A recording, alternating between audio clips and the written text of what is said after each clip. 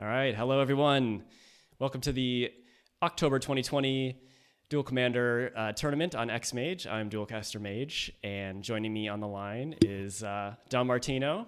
Martin, Hello. how are you doing? Doing great. Great. So we have a very special little twist to our tournament this month. We have, I called it Chaos Edition, but then I rebranded it to Rando Commando. Bit better name. Yeah, my wife actually came up with that one. That's a good one. Give her credit for that. Yeah.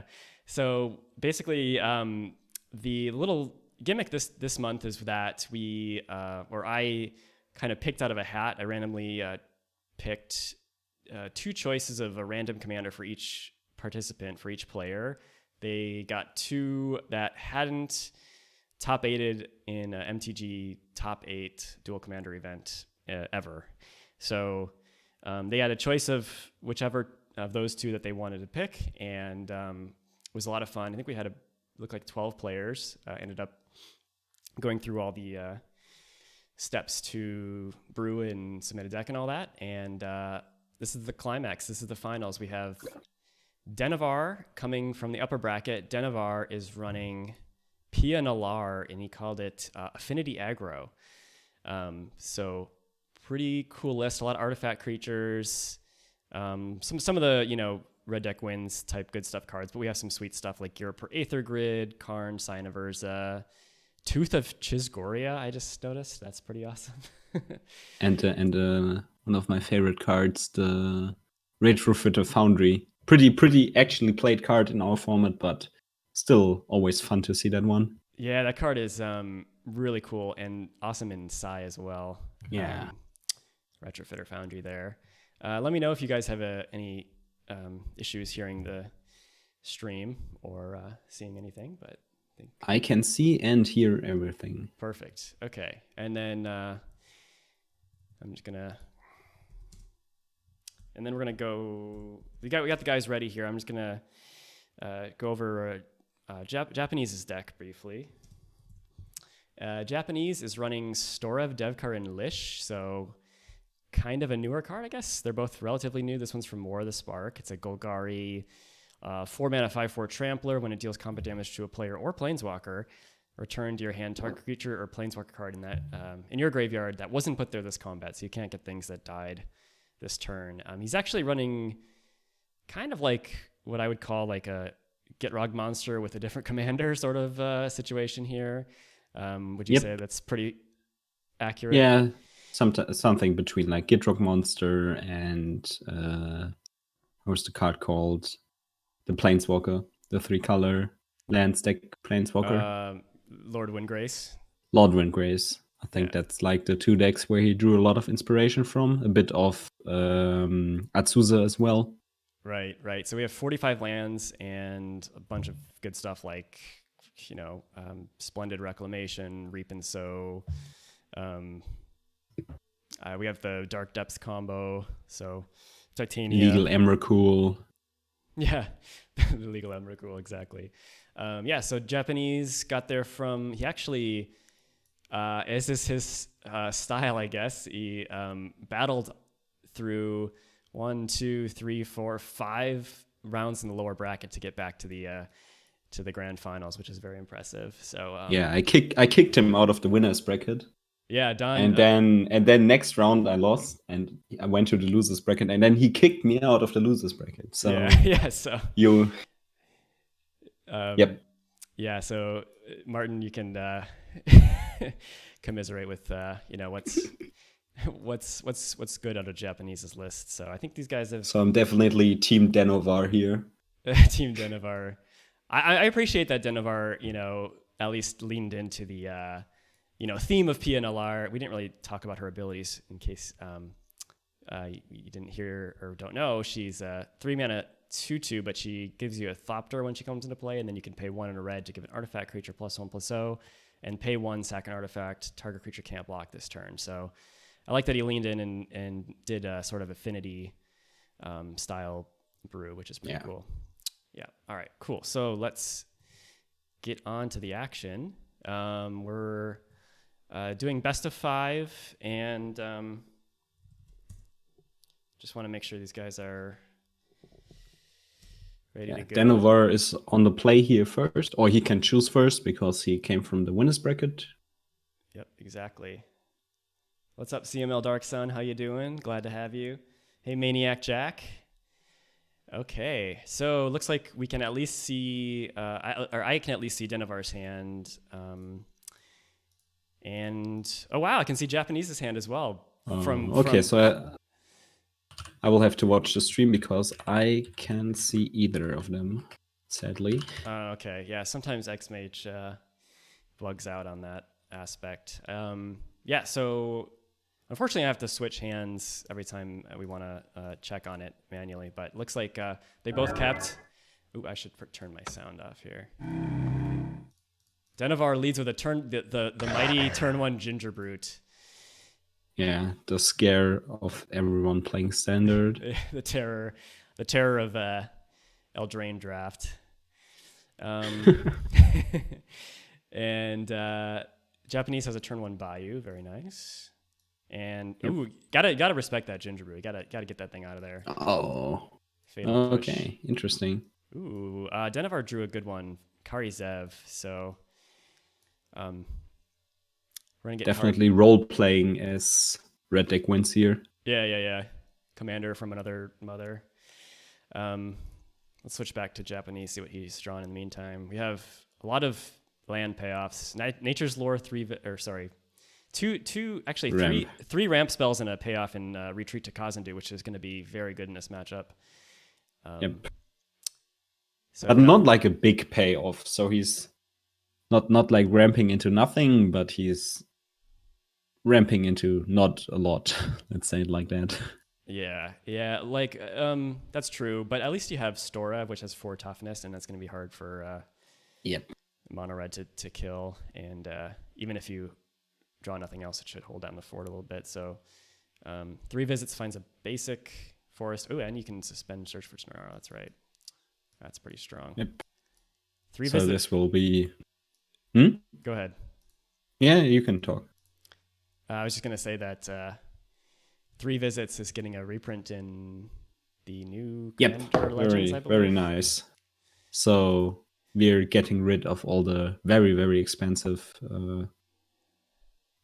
portal cards after we got Grim Tutor, which is starter 99. Not 3 visits, but a lot of the old like white bordered Commander staples are getting reprinted, which is nice. That's awesome. Yeah, so it looks like Denovar keeps ripping cards that are like optimal to play on his turn. So Winter Orb is insane here. Yeah, Winter Orb Japanese, really good. Will probably need like 2 more turns to get Denovar into play. So Kari deals another 6 damage for free. Yeah, and that retreat is good. That retreat would have come down plus immediate 2 life this turn. So instead, that's 6 damage from the Kari and 4 life lost, I guess, from the retreat, essentially. So, but at the same time, Denovar is not stuck on 2 mana. But when you have Winter Orb, there's not much you can do anyway. Welding Jar, nice. Don't try to blow up my Winter Orb. Actually, we can go Swift Spear into Welding Jar for the prowess. Oh, disgusting. Wow. Get wrecked. It's pretty good. 8 damage. That's going to bring Japanese to 8. But so Embercleave costs 2 less for each attacker, or 1 less? 1 less. So Embercleave will not be able to come out next turn unless Denovar rips a mana source. Actually,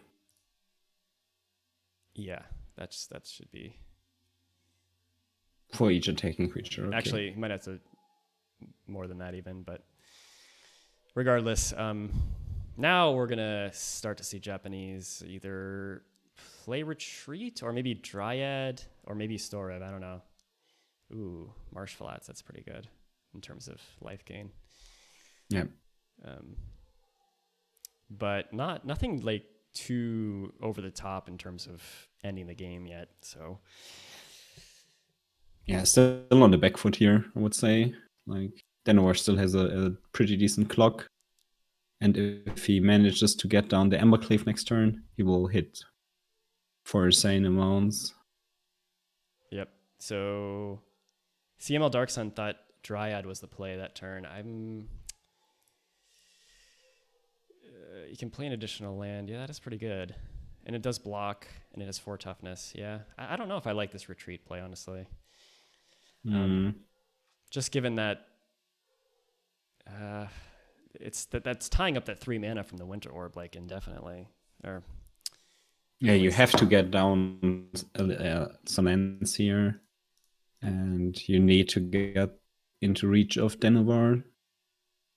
Yeah, so Denovar did draw mana source and should be 1 mana off from flashing an Embercleave. So it looks like he's not going to have that insane of a turn. You got Searing Blood in hand, which is not going to kill much on the opposing side. No, not looking great. Maybe Japanese is playing around that, and he's just big braining us and still losing. Ooh, another fetch land. I don't even recognize this fetch land art. What is this from? Some promo thing? This is the rip off masters thing. How are they called? The packages. Yeah, Secret Lair or something like that. Secret Lair fetch land thing, which is like I think like $150 or something, $100. And it's a very fancy box with 5 fetch lands in it. Not the most ethical way to sell cards, I would say. No, that's blatant money grabbing. Gingerbread Cabin. Oh my god! Wow, look at that.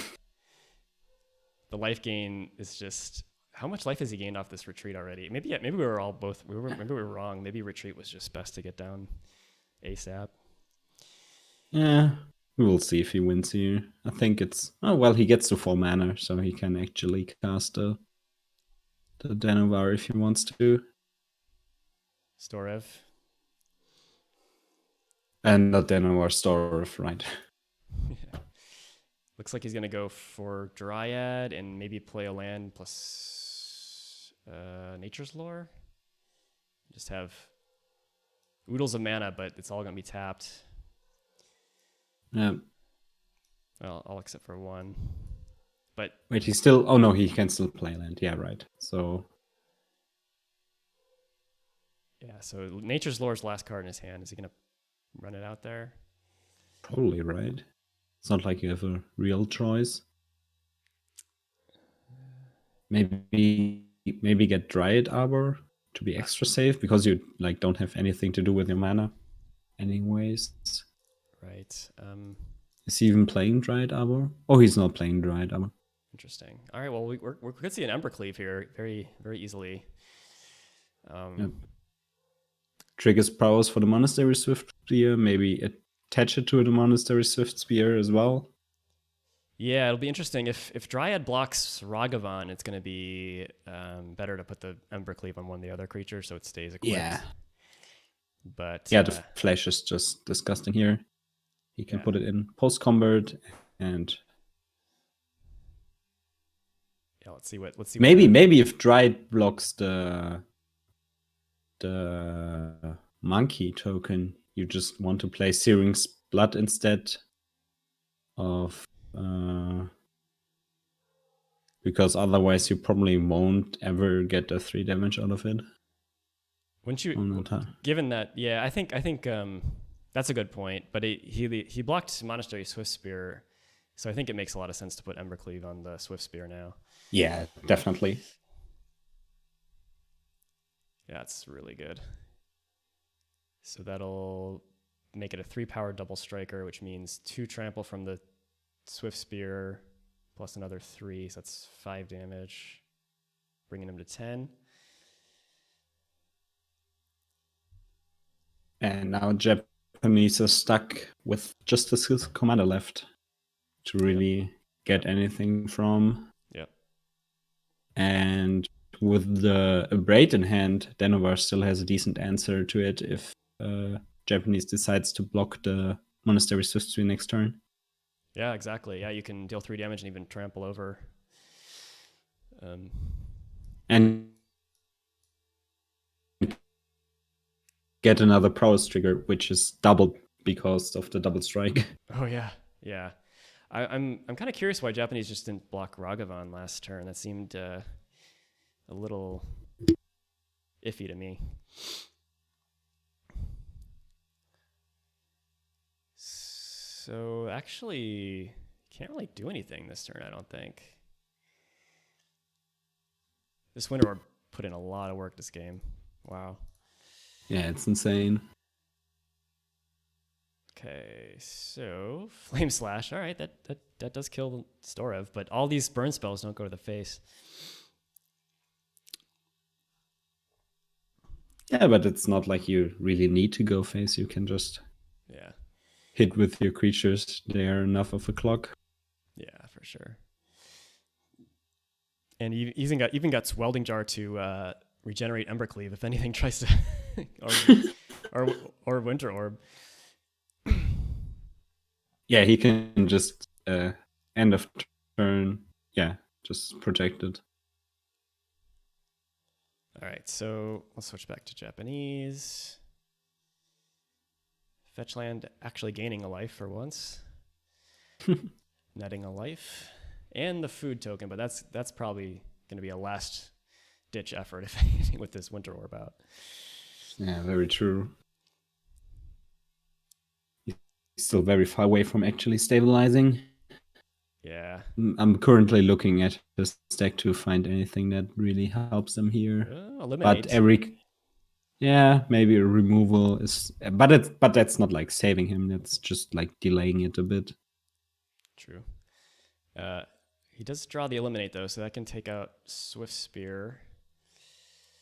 But let's see here. He's gonna gain another 2 life.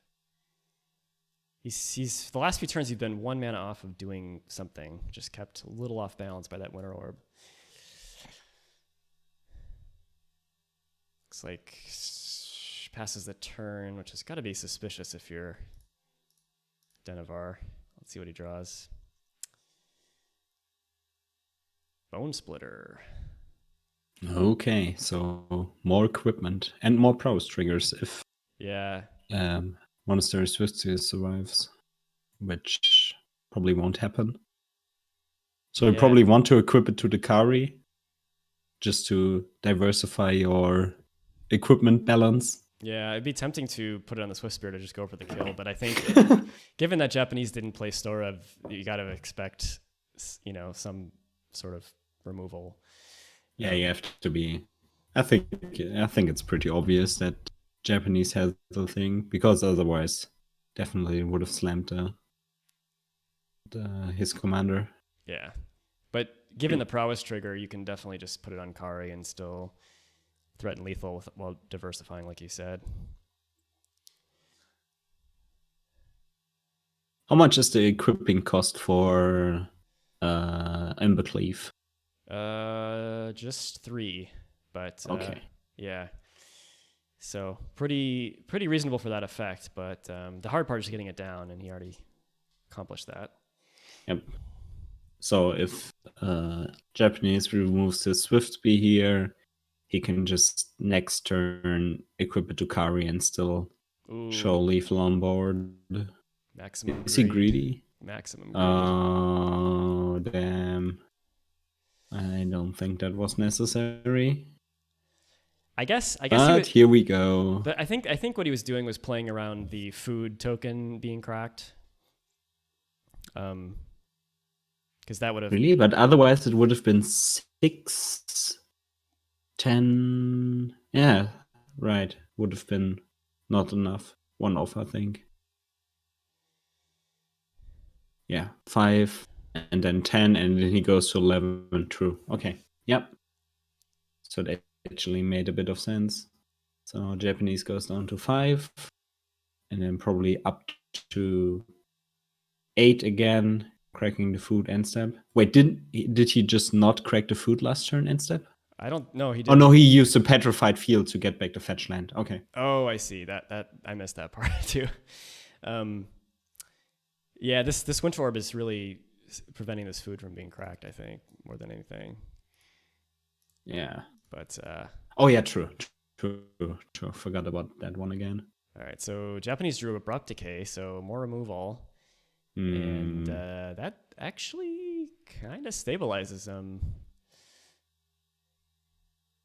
Gosh, if only one of these creatures was an artifact creature, Welding Jar could have saved the day here. Let's see, Nature's Lore, so we're going to gain another 2 life off the retreat and then still hold up Abrupt Decay. Yeah, retreat must have gained him like 10 life by this point, probably more. I think more than that. Pretty insane. 12, 14, something like that. Yeah. Yeah. Yeah, this game certainly interesting. I don't think he needs to equip. He doesn't need to equip this turn really because it won't be enough by itself. I think you just play Pia Nalaar here. What do you think? Wait, does he have another land? Oh yeah, he has another mountain. I cannot see it. Yeah, no, sorry. He just so yeah, probably. Gotta give Japanese credit for sticking in this. I thought this game was going to be over by now. Well, yeah, his top decks have been pretty decent. Let's say it like that. He plays like not a lot of removal spells, so right. Actually, drawing them is pretty nice for him. Yeah, drawing 2 instant speed removal spells against equipment and Winter Orb on the other side is really huge.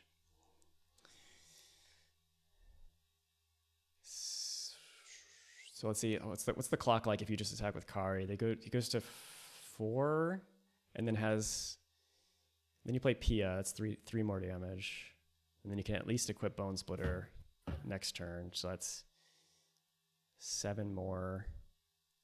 That should be enough, even if he goes land drop, crack food. I think the play would be play Pia, go for the win next turn. Yep. Ancient Science is nice creature kill cards in Red's hand. Ooh, going for the Bone Splitter. Oh. Punished. Yeah. Is there? No, you don't have enough hasty damage to really pressure anything. I was just thinking if there might be a world where you just break your own Winter Orb, but it's not like he gains a lot of damage out of that.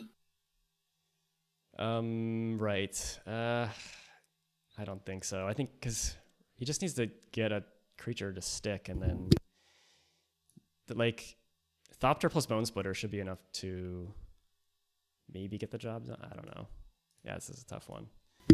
Yeah, he also has, if he, Thopter next turn, equip Bone Splitter, and then he has Searing Blood Braid open for the turn after. So Japanese drew... no, just Flame Slash. Japanese drew Gitrog Monster, by the way, just now. Okay, so how far is he away from that? 3 turns, unless he rips some more lands. Yep, 3, maybe 2. Got the whole family here. We got Pia, and Kieran.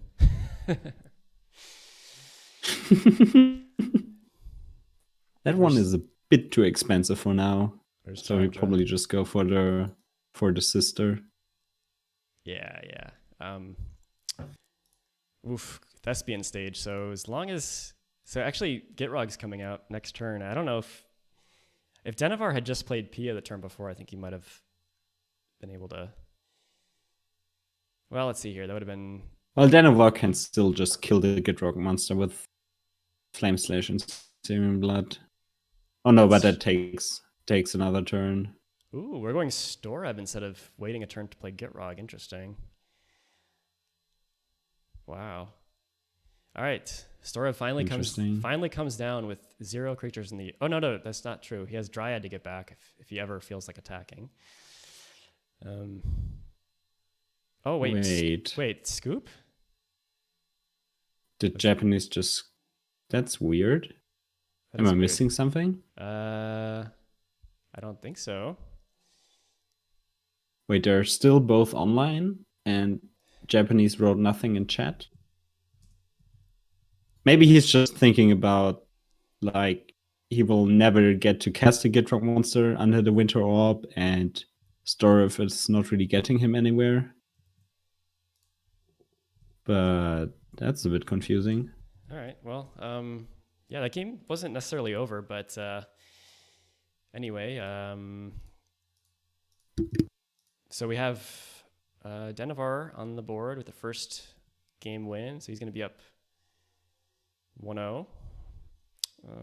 Let's just make sure we get that stream there. Okay. All right. So. Oh, I can start seeing hands. Oh, nice. So we got So an. now we got this an, is yeah. this is a hand. This is an affinity draw. if I ever saw one. Oh wow, Radiant Fountain. Wow, get wrecked into nature's lore. Woo. Okay, let's see what Japanese has. Actually, it's quite a nice hand. You got Demonic Tutor, Go for the Throat, Ramen Up Excavator, Collector Brutality, and Courser of Krufix, but no other lands. Not so sure if Go for the Throat is great here. All right. Go for the Throat has a lot of misses. Certainly can't. I mean, look at this. Steel Overseer has no throat. He's literally, his head is like sunken into his torso. So. But I think he will eat a Collective Brutality here. Ooh. I think you have to get rid of that card. Yeah, and we draw Urborg, so this is going to be a pretty strong turn. You can also Demonic Tutor for something. Yep. All right, so. And Courser is also very nice with the life gain it provides. Oh, yeah. Yeah, this card is great. All right, so we're going to do 2 modes. Let's see here. It looks like just killing killing Hope of Girapur. Wow. Wait, why? Interesting. I don't quite understand that. That feels very wrong to me. And Demonic Tutor. Okay, let's see what we get with the old D-Tutor. Well, the classic would be getting the most fair card available in our format, Deadly Rollick.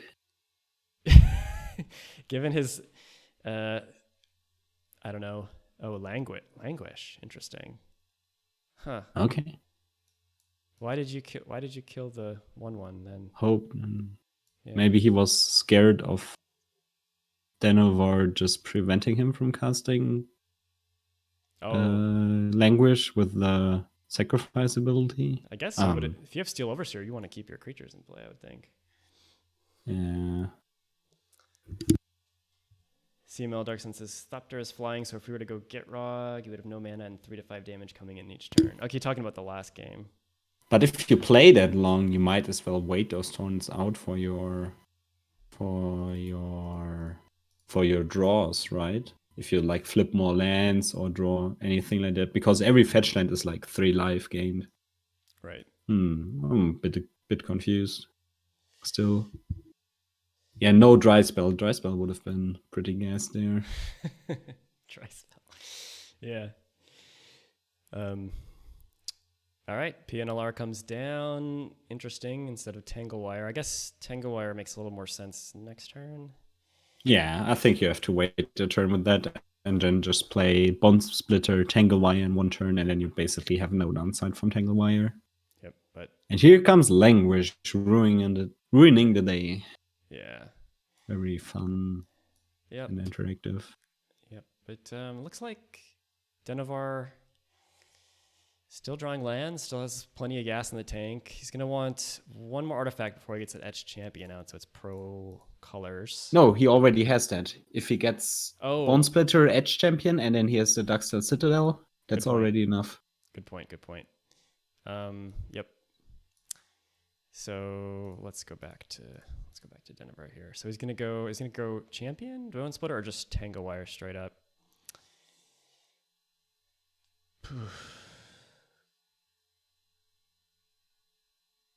I mean, I think you want to go Champion Bone Splitter, but oh man, the Tangle Wire, given that Japanese is clearly stuck on lands, he missed a land drop. It's a bit tempting. Oh, plus you can go Bone Splitter. Yeah, that seems pretty good.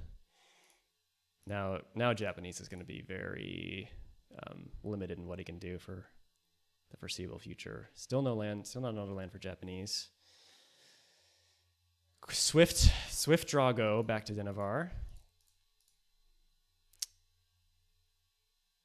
Tangle Wire, tapping Bone Splitter, and the land. Stack your triggers correctly. Does. Yeah, sometimes a bit more complicated on XMage. Yeah. And a Scrapyard Recombiner. Wow, what does this even do?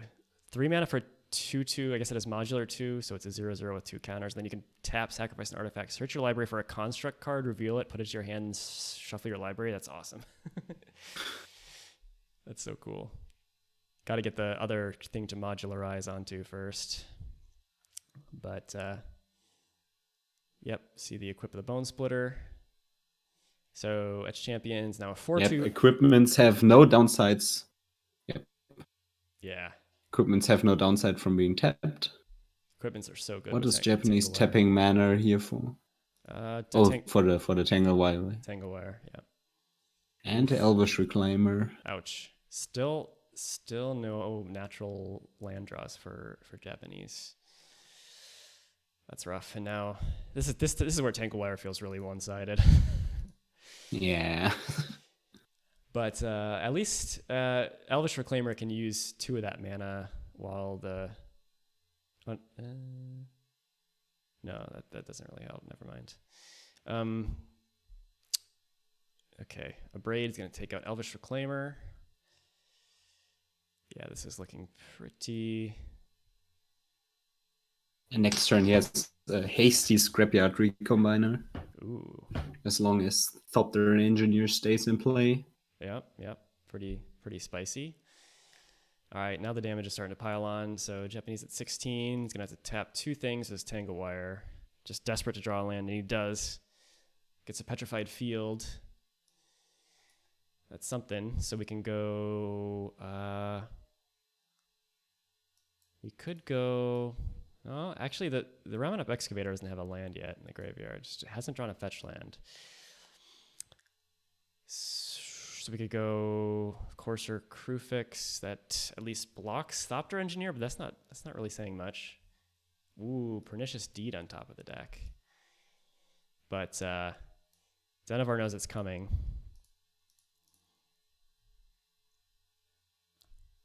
I'm currently looking at his list. What the options are for the activated ability of right, getting the construct of the Scrapyard Recombiner. Yep. And you can get rid of that Tangle Wire, right, as it's outlived its usefulness too, which is pretty cool. Yep.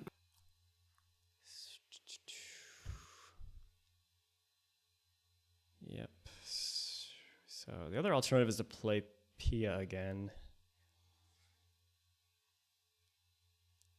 So those options are Hangerback Walker,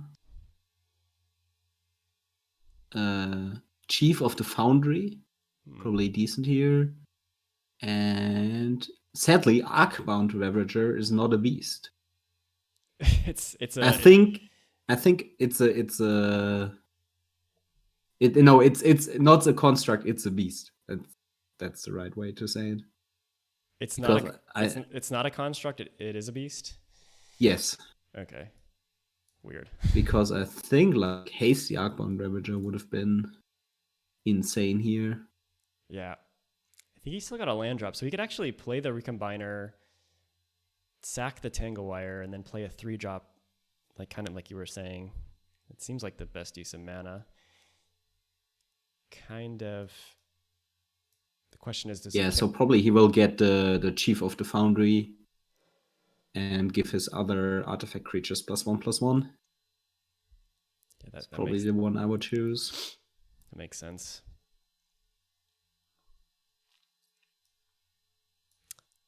It's a little soft to a mass removal spell, and he knows there's Pernicious Deed. True.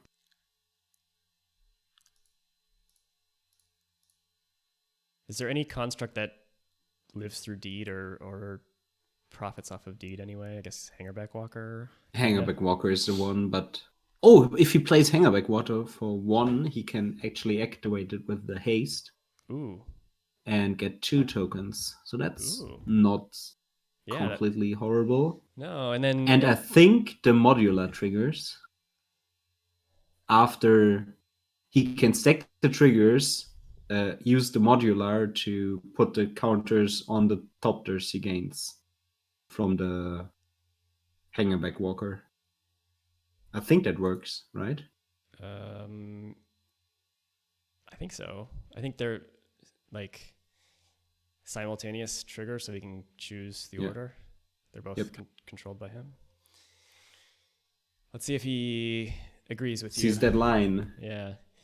I think that's probably the best one. Yeah, and then you have Bone Splitter, so you're actually rebuilding your board quite... Yeah, you have like a 3/3 flyer, a 1/1 flyer, and next turn you can go for the Bone Splitter and hit for 6 in the air. That seems pretty decent. Oh, he's sacking the Combiner. And he still has the Mishra's Factory. Yeah, sacking the Combiner to itself. Wait, that's insanely greedy. Well, I guess his thinking is... Oh, if Tangowire's on 1, so he wants to make sure the Pernicious Steed can't be blown up for 3. Right. I think that's it. Okay. And he still gets the Hangerback. Okay. Yeah, I was gonna mention that about the wire having some utility still. And that's actually lethal. It is? Over 2 turns, unblockable with the Edge Champion and the Thopter. That's... Oh, no, I'm stupid. Sorry. Never mind. Forget what I said. It's close. Wait, maybe with the... If he doesn't get any blockers down, if he swings out next turn with the Mishra's Factory and blows up Varian Ring after something happens, maybe that's the way. All right, let's take a look at Japanese's hand and see what he drew here. Oh, he just taps the cursor. Oh, right. Okay. Oh, he has a land on top, but it's a tap land, Tranquil Thicket. Oof. Wow. Sylvan Scrying. So wait, why? Glacial Chasm probably. Oh, right. Is that in his list? It is. Oh, wow, that card's insane. And he can still play Deed and gain a life from Courser. Oh, very... Okay. So Hangerback Walker will get pretty big here? Yeah, I mean, it looks like it's going to be on the field for a few turns. And Denovar still has the Barbarian Ring in hand, so... Yep. He actually has a lot of instant speed reach. Yep. At least a decent chunk. Yeah. Gotta give Japanese props for managing a way to fit all promos into his deck somehow. Maybe that's the tribal. Promo tribal. Yeah, if anything didn't have a promo, is vetoed from the list. Okay. All right. So Tango Wire is useless now. Let's see what Denovar draws. All the damage is down to 0. Ooh, draws another land. Scalding Tarn, not great. You don't even really want to play Pia here because you're gonna just lose her. Lose her to the Deed. Yeah, this game just turned around quite a bit. Glacial Chasm has crushed many dreams of mine. Yeah. Well, Bone Crusher Giant crushed a lot of Glacial Chasm in recent years, but in the recent year, let's say it like that. But still a decent card, I think. That's champion the taking I don't know, victory lap here or something. Let's see here. Yeah. Bone Crusher Giant also in Denovar's list, so that's one option to just win the game on the spot. Oof, Polluted Delta on top of the deck, so free land drops. Yeah, Japanese is in crop rotation if he wants it next turn. Oh man, you're not gonna use the Urza's Legacy crop rotation art? I love that art. All right, we're going to go Green Sun Zenith. All right, Urborg lets Polluted Delta tap. Oh, no, we're going to go for X equals 3. So that's... What's that? Reclamation Sage. Wait. Wait, doesn't Deed handle all this stuff anyway? Wait. What? What? I guess he's trying to get the Thopters out so he can kill him with Deed. Okay. I guess. That feels like a waste of the Greens on Zenith. That could have just gotten him a way to just win the game. Yeah. I feel like the fact that the Mishra's Factory and the Bavarian Ring are there makes it a bit spooky. But Corsair is putting in so much work here. Japanese is a pretty conservative player in my experience. Yeah, he's playing very safe. Do a lot to not die. The old turn 8 top deck Springleaf Drum. Well, that's the downside of playing all those fast affinity cards. Yeah. Not the greatest kind of top deck. Right, exactly. This game all came down to Glacial Chasm here. Yeah, that's pretty insane. He's even got Ramen Up Excavator to just get it right back if he wants to ever ditch it. Okay. Looks like that might be happening immediately. So probably trying to blow up the Pernicious Deed next turn and then play Ramen Up and get back the Glacial Chasm maybe the turn after. I think he could do it all this turn if he wanted to. Yeah, I think Pernicious Deed was also the card that destroyed me both games I lost to him. He just killed all my mana rocks and left me with nothing. And a 6 mana commander, which cost 8 by then. Oh, jeez. That's rough. All right, so fetching with Polluted Delta. Still at a healthy 9 life. Going to 10, actually. Sees a Windswept Teeth on the top, but my guess is he's just going to pop the Deed and play Ramen Up Excavate. Well, actually, you don't even need to do that, really. I guess... Yeah, I guess you kind of want to do that. You don't need to get back Glacial Chasm right away. At least I'll say he could just get back. Well, he's not gonna have a land drop left, but maybe next turn he can get back Radiant Fountain, just get a further life total padding. Now we're gonna go for Sylvan Library. I guess that makes sense. I guess you want to play the Ramen Up Excavator when you know you're gonna get immediate value from it. Yep. Sylvan Library, this guy's playing like a sitar or something. some monk hovering above the ground. Wait, did you? Huh? Huh? We got Ginger Brute coming down. Maybe we'll see a Ginger Brute plus Pia Nalaar here, perhaps. Probably. I think that's the only. Maybe swing with the Mishra's Factory as well. I guess you could just maybe swing with the Mishra's Factory instead of playing Ginger Brew just to not overextend too much. Yeah. Looks like that's the play. That'll bring Japanese to 8. Doesn't have that continuous life gain anymore from the Corsair because, of course, the Deed actually blew that up along with Reclamation Sage on his side. And here the bad fire breathing on the pier is actually pretty nice since Denovar has a lot of mana, so yeah, he's probably forced to get down the Glacial Chasm. Yeah, exactly. And what's his hand? The other ability is pretty good too. Whose hand? Japanese? Japanese's. Thespian Stage, Ramen Up Excavator, go for the throat, and now he's seeing 2 lands and a Summoner's Pact off the Sylvan Library, so... Okay. I doubt he's going to want to pay 4 life at this point. Probably not. Could Summoner's Pact for something. What could he get? Primetime, Emrakul. No, not Emrakul, right? Because it's green creature. Yeah. Yeah. Titania. Gitrog. I think Primetime is probably the best one. Yeah. It's already got Thespian Stage, so we could get I don't know, something else to help.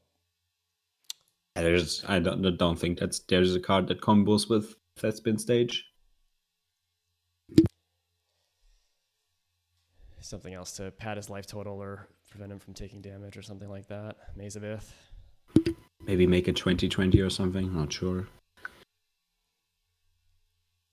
Deep in the tank here in this Sylvan Library sub-game.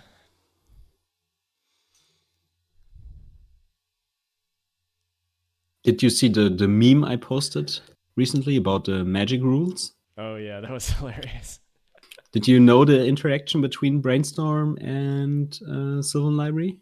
No, would you care to enlighten me? Okay, if we have some time here, if you cast Sylvan Brainstorm before your Sylvan Library, you can put back the cards you drew with Brainstorm for the 2 cards you put back with Sylvan Library, because Sylvan Library says choose 2 cards you've drawn this turn. So if you cast any cantrip in your upkeep, you can put those cards back as well instead of the 3 cards you've drawn with Sylvan Library.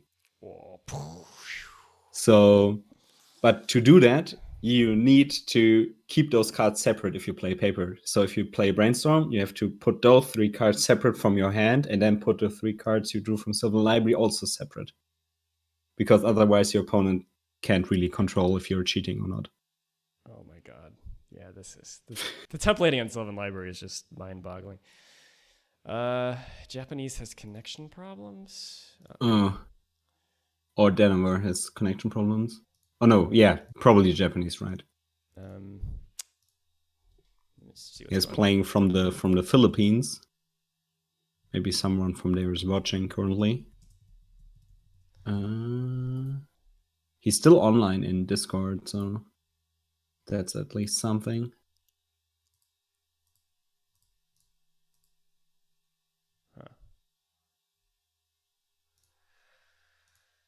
Okay. Going on 3 minutes now.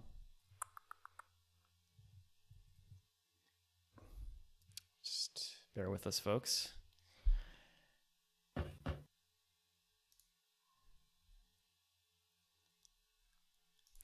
By the way, if you guys want to participate in this league next month, we're doing the same Rando Commando Chaos Edition style thing where I'll assign you a commander, a choice of 2 commanders. And I just put the sign up link in the Discord, and you can also see it. I don't know if you can see it on Twitch yet. You can see it, I think. For November, right? For November, yeah. Yep, it's up there. Okay. And we already have... I haven't signed up, so I will do that just now. Great. That would make 8, so that's great. Including a few new folks. Maniac Jack, Dayser, nice. Oh no, the link is still the September tournament, so... Okay, that's... Yeah, I should fix that. I'll do that now. But yeah, I think as long as the XMage developers have issues with all the new sets coming out, there will probably be a lot of stipulations coming for the next month. Yeah, basically what happened was we were kind of getting low. I'm sorry, I'm just trying to figure out what's going on with these guys. We're getting a little bit of drop in participation because like XMage is lagging on set releases, and so I thought this would be a fun way to shake it up, and it pretty much worked. Yeah, I mean, I don't think it's fair to Denovar to give Japanese the win there, even though it looked like he was decently under control. But I think that game was still at least a bit open. Yeah, so I mean, because like he still plays a decent number of burn spells, and if he drew like 3 in a row, he still could have won. Like one Fiery Conference just basically puts him in lethal range. yeah. So given that it was not really Denovar's fault that the connection issue happened, I'm gonna have to give him the win for that. So Japanese still not back on XMage, so let's see. no.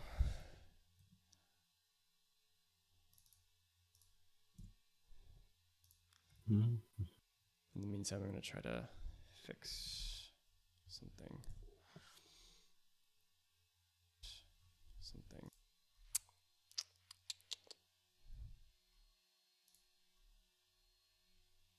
But yeah, to add some further explanation regarding the Rando Commander rules, you actually get 2 choices, so it's not like completely random, and then you can choose the favorite of the 2. Mm-hmm. And for the last tournament, we had all commanders except all the MTG top 8 ones. But this time we are actually going invasion and later, I think, something like that. Yeah. So you won't get like all the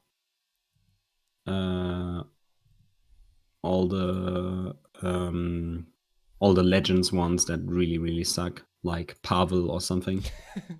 So that's a little sad, but we don't want people feeling like they got totally screwed.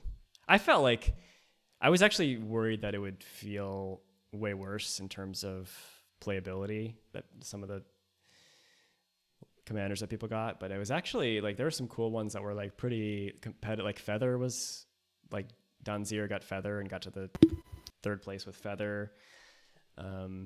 Yeah, I'm actually surprised there was no Feather in the top 8. Yeah, me too. I think the only ones I had to eliminate, because I was using a Scryfall API to like generate a random commander for everyone, and it didn't really have the like, ones that couldn't really filter out by MTG top 8. So I just, if it came up, I just crossed it out. But Rowan Kenrith was one of them that I had to cross out, and then the Lysolda, the Blood Witch, the Rakdos, the old Rakdos legend from Ravnica block, original Ravnica block, somehow had like 8 entries from like way back, which is kind of crazy. And I think Janara was the other one.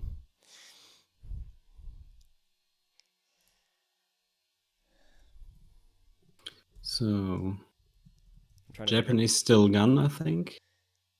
Yeah. He said he was reconnecting, but the game, if you're inactive for like, I think it's like about 6 minutes, then XMage will just kick you out and give the other player the win. So that's unfortunate. He's just okay. It's just not loading properly.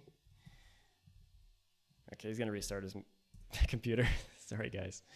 Thanks for bearing with us. I did fix the link, by the way, for the November tournament sign up. So if you want to check on Twitch the panels underneath the video, you can see that. Also put it on YouTube when I upload this to YouTube. And so the dates on that, we're gonna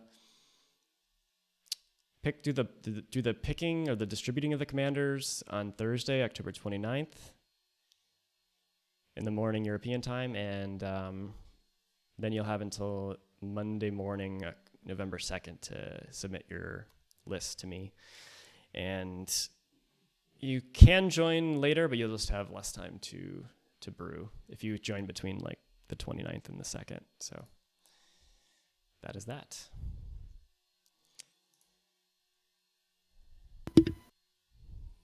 I'll drink of water here.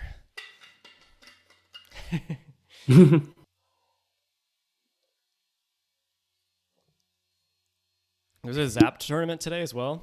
Yeah, I think Like 7 Leovold was like the most represented list by far. And no one made top 8 with it, I think. I think no one even made top 16. Is that right? No one made top 16 even with Leovold, or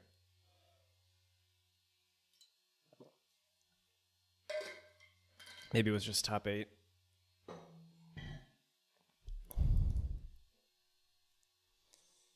Let's see.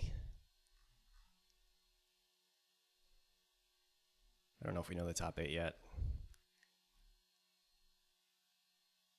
No, I don't think any of the Leovolds made top 16 even. Wow.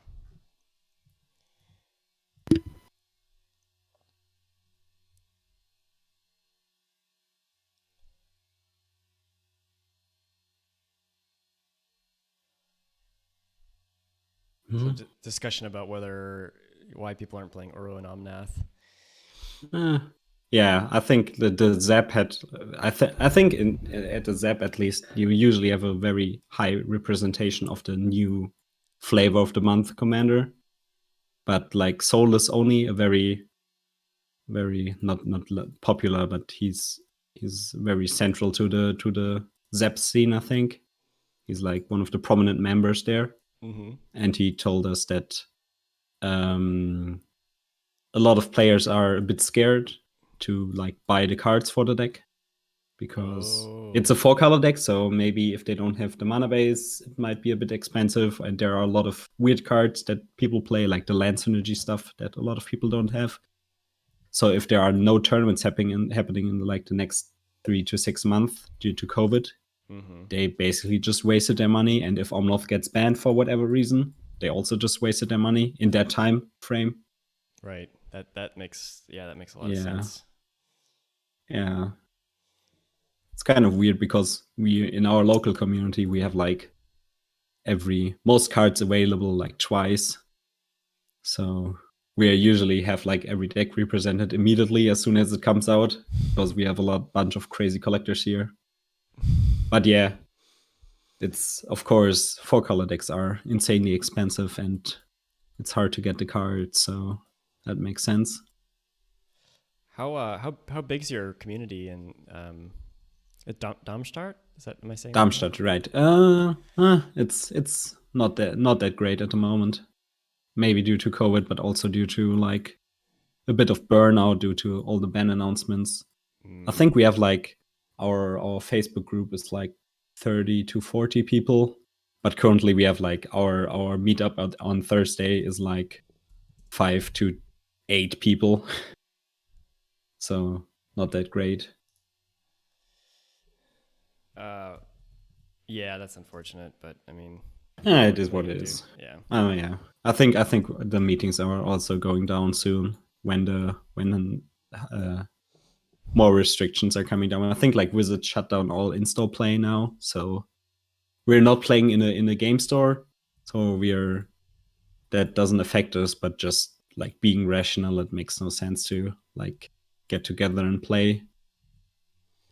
So we will probably switch to online like we did in the June this year. Is Japanese back? He's back. Okay.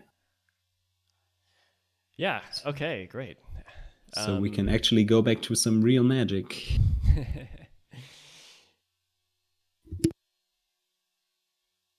Yeah, it's weird. You almost have to go on Cockatrice to get a real like sense of the actual metagame between paper being people not investing in COVID and but even Cockatrice is a bit skewed because you still have a lot of players playing like their pet decks, and I think like for a lot of my local or our local players, it has been the conclusion has been like Cockatrice Magic still isn't real Magic because you like cannot see your opponent and you can't read their hand movements and stuff like that. It sounds very, very like small stuff. Yeah. But it definitely felt weird for a lot of them, and they just told us no. My win percentage dropped by like 20% for no reason, and I don't like this.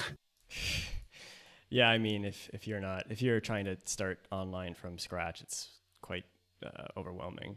Yeah.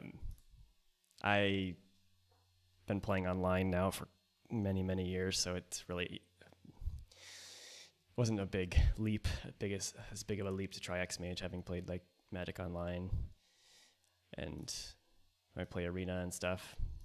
So turn 1 ramp start from Japanese. Yeah, Arboreal Grazer, the Grazy boy.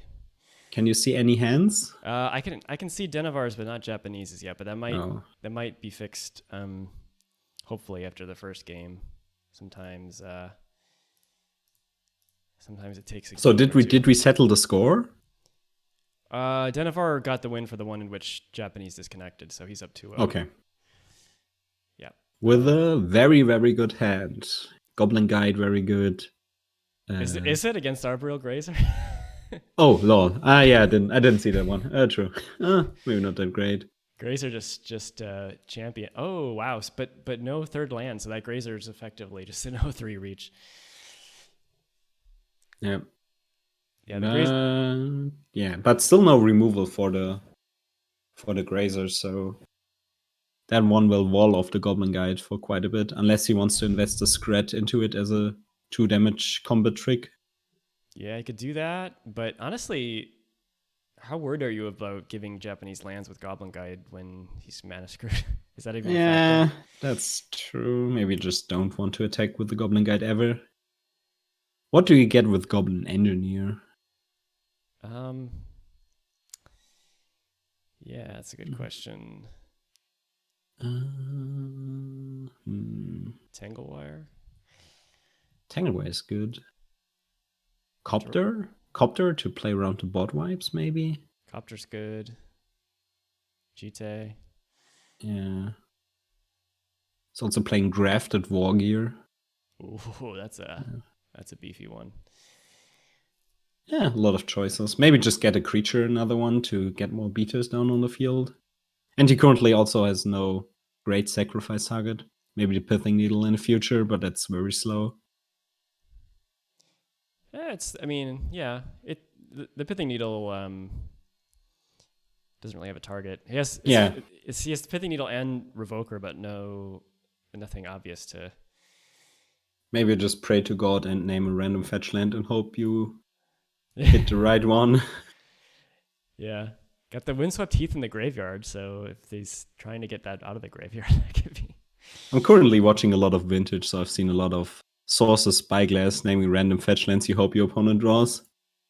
It's a very fun small game. Nice. Usually not paying off, of course. Yeah.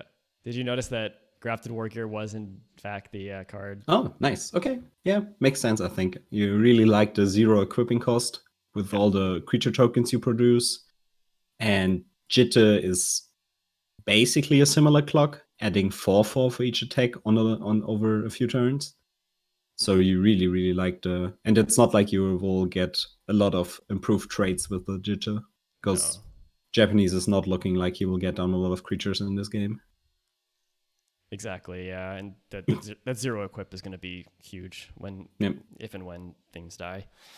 Yeah, like we saw in last game? No, game 1, I think, where he didn't play around the removal in response to the equipment, and that just cost him a lot of tempo all the time. So Grafted Wargear is very nice. Exactly. Okay. But he still has to get it back from his graveyard, so... Yeah. It's a little awkward because you kind of can't do anything else this turn. It's your whole turn, but it's still decent. Probably worth it. Yeah. He can still cast Scrat afterwards. That's true. I mean, he probably wouldn't need to, but I guess he could do it on Japanese's turn if he plays like an X2. Yeah, whatever he plays, he can. I assume that this Wargear is going to be equipped to the guide immediately, and yeah. After you flip the Overgrown Tomb, you just cannot. Keeping him off 3 lands is probably decent, but now he has the suspended Search for Tomorrow coming off next turn, and then he's at 4 mana, and then you just don't care. Yeah, at this point, you just got to start beating down. Yeah. Japanese still on 19 on turn 3, so that's not the position you want to be in as a aggro deck against a deck that produces insane amounts of value on like starting turn 4. Exactly. What's going on here, guys? Please don't tell me he disconnected again. Oh, Jesus. No, it's still this jitter on stack, and Denovar is thinking about what he's naming. Maybe he's looking at Japanese's deck list and actually wants to name something relevant.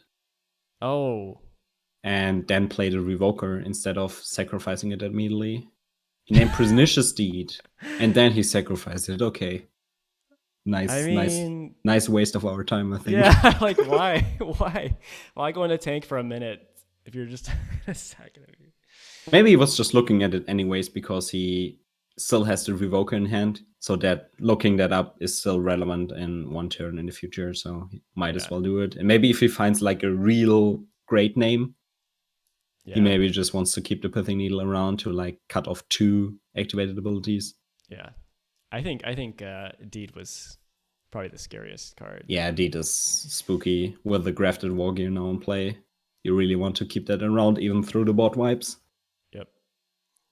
All right, so Search for Tomorrow's coming off suspend here. So we're going to see a Languish. Are we going to see Damnation? Does he run Damnation? Yes. Dead of Winter even. Yeah. A lot of board wipes. Really, really deep into the board wipes. But it makes sense because a lot of players went for the aggro route. That's a good metagaming strategy, yeah. Yeah, I like it. Yeah. I think like if you have a deck that plays a lot of value in this kind of format, the thing you are mostly worried about is red deck wins. So playing all the life gain makes sense, and playing all the board wipes makes sense. Yeah, definitely. That retreat, even the land that gains 2 life when it comes into play and everything. Yeah. And turns out in a format without partners, board wipes are a lot better. And you actually can play around Commando checks, and that's a relevant thing. Rampant Growth. Also promo. Yeah.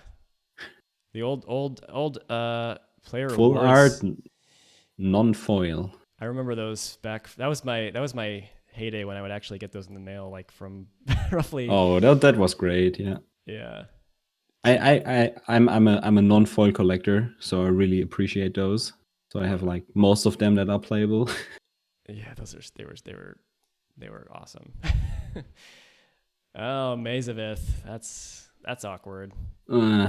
Really makes the Grafted Wargear not worth it, and also really sucks now that he got rid of the Pithing Needle, because Pithing Needle could have named the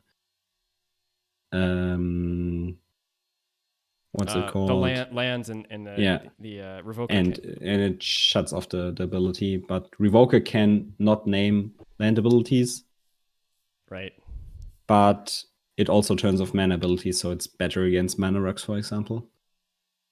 Yeah, interesting. That Tooth of Chiscoria. Yep, that's a card. Affinity for artifacts gives +1/+0 on instant speed. Wait, he's paying 2 mana for this? Why? Oh, is he gonna? Wait, what? Wait, what? Oh, I see. He's gonna sack the tooth to get needle and then Pithing Needle to name names of it. Oh, he's just smarter than us. Wow. Yeah, that's a good line. I like it. Yep. That is amazing. I'm not sure if the tooth might just be better than the Revoker. Oh, but you can activate the tooth before you sacrifice it, so that's also nice. So Goblin Guide will hit now for 6. Mm-hmm. I think I like this line. Yeah, it's yeah, and Revoker also hits 4 damage, so that's another factor you have to consider. All right, so Goblin Guide gets trophied, but he's gonna get a land. Is it the guide or the Grafted War? No, it's Grafted Wargear actually. Oh, really? Okay, interesting. Yeah. Yeah, I mean, I think you expect Denovar to have enough bodies. I guess he has to sack the guide anyway because of Grafted Wargears. Is that? Oh, yeah. Yeah. So that's just a straight. Oh, wow. Okay. I was going to say 2 for 1, but more like 2 for 2. Oh, and you got to land off the Goblin Guide. Jeez.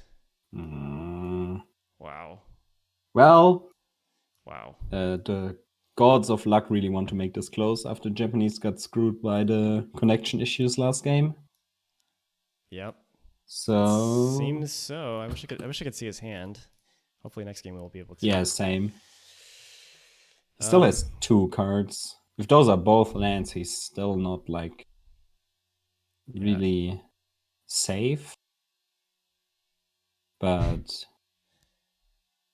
yeah, I mean, so we have a high life total, a food that just got produced. yep. Okay, that's not okay. That's illegal. Should he? That's illegal. I don't think I've ever seen anyone play this not as. I played it. I played Sultai Wilderness Reclamation with Thrasios and Ikra. That's awesome. That was good times. I like this card. I think this card's underrated. It's 5 mana though, with no immediate. The card is, if it sticks and hits, it's insane. The sad part is that probably won't happen in an average game of Duel Commander. So yeah, but I think it's a good meta call against maybe decks that are monocolor or like mono red that can't deal 7. Maybe not in mono red, but like against like creature aggro-ish that also play burn spells. So you're not like killed before you can get down Ikra, but you can use it to just get over the top in life total. Yeah. And it also triggers for all your other creatures. So if you get it down on turn 5 and you have a bunch of other creatures that have big blocking bodies, you can hit with them and gain a bunch of life. Right. Yeah, I actually had an Abzan deck with Ikra and Sidar Kondo, and they work really well together back. Yeah, that's nice. Back in the day, because Sidar is basically unblockable, and you just gain 5 life. Yeah. Immediately. What's up, Real Salties? How you doing? Welcome. Yeah, we got some interesting cards here. I really like this. I got to give Japanese credit for running some curveballs here too. Ooh, Shizo. Wow. Shizo activated on Ikra Shiriki. This is magic right here. Shizo says against fear. So non-black, non-artifact? Yeah, so normally Denovar had a good shot to block this, but right now he's just got red creatures. What I actually would have probably done instead of getting down Kari would have been to get down the Phyrexian Invoker and then activate Goblin Engineer in response to block on Ikra. Oh no, yeah, it has Menace. Never mind. Forget what I said. I forgot about the Menace. Oh, I see what you mean. Yeah. But Menace makes that play useless. Yeah, I mean, it's a little more mana efficient, plus you'd be able to get Grafted War Gear back, which is pretty nice. Yep. Yeah, I think getting back the Grafted War Gear is pretty key here. Yeah, like even playing Pia Nalaar seemed maybe slightly better than just Karizev for that reason. Yep. Like getting a cheap artifact. Wow. Up to 25. 25 life with a food on the board. That feels pretty doomed for Japanese. For Denovar? Yeah, for Denovar, right. So Scred is still very far away from actually well, he killing. He could, yeah, one more mountain, he could go Scred plus Lightning Strike to take it down. He can actually go Scred, Lightning Strike, and Grim Lavamancer here to kill it. True. If that's the kind of... I think that actually might be the right play. Yeah, I think you're right, because, I mean, you just can't take another hit off of that thing. The other play might be to get down Steel Overseer and Phyrexian Revoker and just do the same thing next turn and hope that your clock is that much better. But I'm not really sold on that one. I think you really need to kill Ikra here. Yeah. So if Japanese has anything that prevents that from happening... Yeah, probably game over. Although the one thing about killing Ikra is that you kind of have to stop Storrev from getting Ikra back then too. But I don't think that should be as much of a problem. True. With the trample, you can't even like jump block it for a few turns because that would be something. Denovar could do here, but the trample doesn't really help.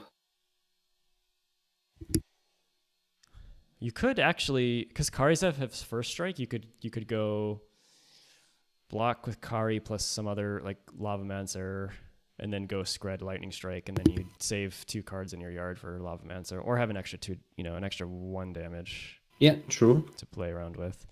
But then you can't attack with Kari this turn. Otherwise, you could do that. Yeah. Deep in the tank. So.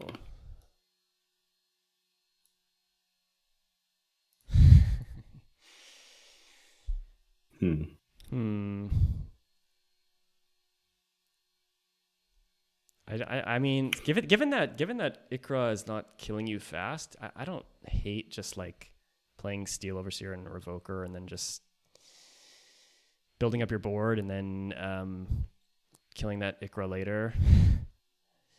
But on the other hand, if he has 1 removal for the Steel Overseer, you are just completely screwed. Yeah. Because then you have like a bunch of bad cards, and Japanese top decks will always be better than yours. And yeah, and he has all this mass removal that doesn't kill his own Ikra. Yeah, and the commander Japanese plays is also a lot better in that situation than the 1 Thopter you get from Pia, and the abilities that aren't that great. I think Fire Breathing for 1 additional colorless isn't great. Wait, is Fire Breathing 1 red or 1 red colorless? 1 red colorless. Okay, so normal Fire Breathing. Not that Fire Breathing is a great effect in the current state of Magic. Make Fire Breathing great again. Oof. Crystal Vein. He had to promo this out with the gold border. Is there really no other promo for Crystal Vein? I don't think so. No, it's actually 1 red, not 1 red colorless. So worth Fire Breathing, actually. Yeah, colorless and a red, yeah. No colorless, just 1 red. Wait, what are we talking about again? Fire Breathing, the effect on Shivan Dragon and... that one, the original. Okay. Yes, that's 1 red. Yeah. So worth Fire Breathing here on the Pia. So what is he going to do? Is he still in his turn? Yes. No. Denovar, for some reason, let Japanese untap and draw a card before doing this, which I don't really understand. Oh, that's weird. Because he was basically tapped out. He tapped the food. I think I would have done it in response to food crack, personally, but... Oh. Wait, okay. Weird. Okay, so Ikra dies here.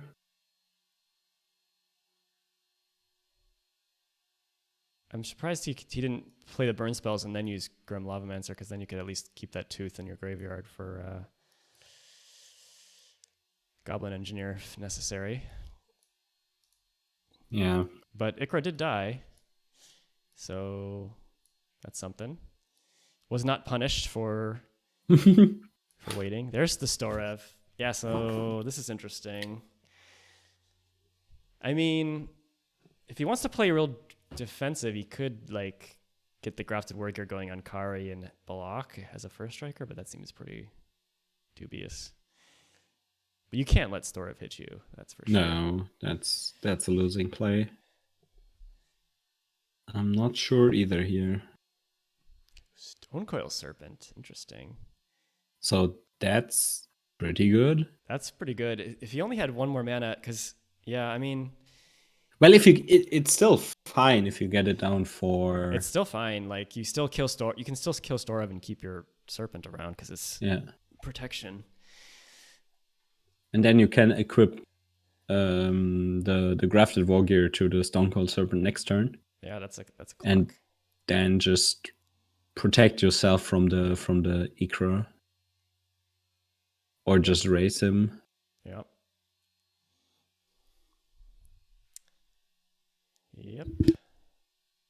Stonecoil go. Actually, yeah, I don't know. You could probably throw one of these creatures under the bus to stop the trample. I would think. Hmm. I think you need all of them. Grim Lavamancer's just too good, and Goblin Engineer still hasn't gotten back the Grafted Wargear. After Grafted Wargear is back, you could maybe do that. So next turn will probably be Pia, then sacrifice the token to Goblin Engineer and get back the Wargear. I think that's probably the line he will choose. Yeah, that seems good. That seems good. Stone Curl is maybe not underrated because it actually sees play, but it's such a good card. Yeah, it's huge impact every time. I mean, it's... multicolor cards are so popular because they are usually the best cards to do a certain effect.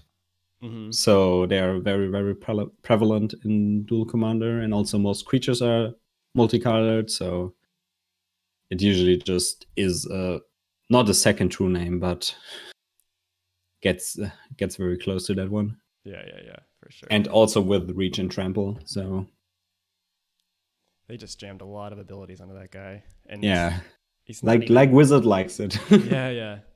Same set as Questing Beast from the set that brought you Questing Beast. All right, here we go. Attacking with Storrev, is he gonna double block or just take the one trample? I think you take the one trample and let him get back Ikra. Oh well, I guess he can still block with this Stone Coil. He can still block, right? Or do I remember Fear wrong? No. He could still block. I guess Japanese was fearing the double block. Okay. But feels weird. I think you really don't expect him to double block. Yeah, I think if Denovar was thinking along your lines, then this is just wasted 2 mana. But well, I don't think he has a lot of stuff in hand that he can actually play. So no, he can still just get back Ikra and recast Ikra still. Yep.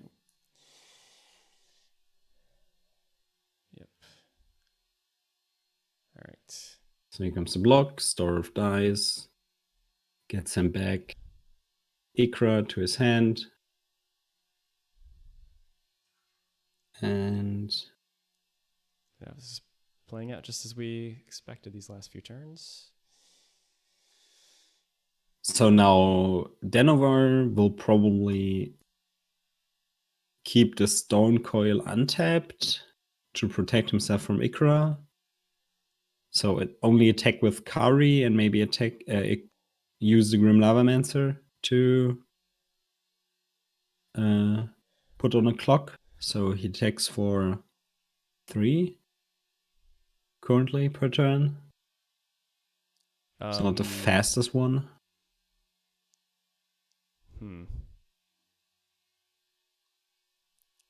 So Ikra comes back. You're saying leave Stone Coil back to block Ikra?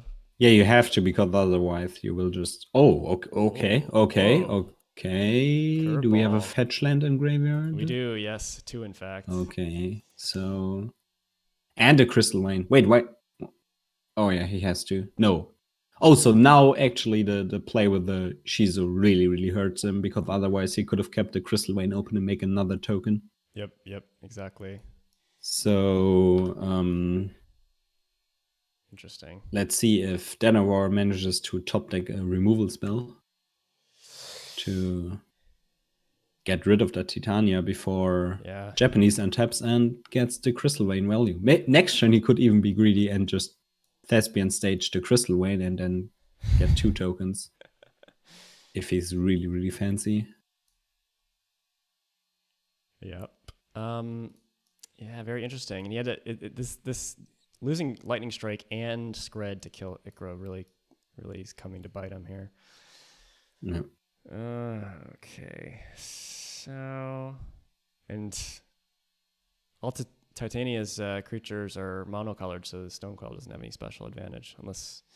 But you will, I think, you get back the Grafted Valkyrie in attack. Yeah.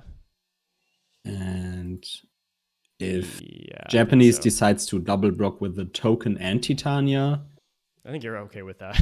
You're probably fine with that. Yeah. But then you're still like really screwed by Ikra and getting nowhere. Uh, Yeah. I think even though his board looks like decent now, I think he's still really on the back foot. Oh, not Oh, Copter's nice. not attacking with Stone Coil. I guess he's probably just gonna play Copter Steel Overseer, I guess. Oh, if Japanese is really greedy here and tries to double block the Kari, he gets caught by the Grim Lavamancer. But I think he's a good enough player to see that. Yeah, I think so. So probably just block nothing, take 3. You want to block Or Ragavan? maybe crack the yeah, but then you still die to the Lavamancer. Maybe make a token block Ragavan with that. No, both are unblocked. I think that's probably best. Yeah, 100% sure. Yeah, you really Japanese also needs to put on pressure because, like, if Denovar gets any engine going, like the Steel Overseer he has in hand, or like Smuggler's Copter or Pia or something like that, 18 life is a lot, but not a lot for the amount of creatures on board Denovar has right now. Mm-hmm. So hitting for 3. Let's see what he plays. Both players being very careful, I can tell. Well, you have to, I think. Yeah. This game is probably decided by very small misplays. Yeah. Along the lines that will happen over the next few turns. So making one less of them is probably very key. Yeah, I like Steel Overseer and Copter here. You like that better than the War Gear play? Yeah, because like the Wargear gets you doesn't get you in a winning position. On the other hand, like Japanese will make 20 power next turn if he wants to. Mm-hmm. So you basically have a, what is it called if 2 armies are standing in front of others, in front of each other? Not a Mexican standoff. You could say that. Stalemate. Stalemate. Yeah. Okay. Yeah, Grim Lavamancer hasn't been great this game. No, but I feel like if every game I've played with this card where it's been on the field for that long, it has been absolutely insane and basically won the game on its own. But yeah, I'm looking at Japanese's list, and the only cards that actually matter that it could kill are probably like Oracle Moldaya, Wood Elves, Vampire, Hexmage, Elvish Reclaimer. If you're lucky. Yeah, Mooly Dooly is nice. Like if Japanese had Oracle in hand, he probably can never really play it because he will get tempered by so much. But here comes Ikra. Tapping Crystal Vein for 1 mana? What? Okay. I don't like it, but and a Thespian stage, so Huh. maybe he has another removal spell in hand.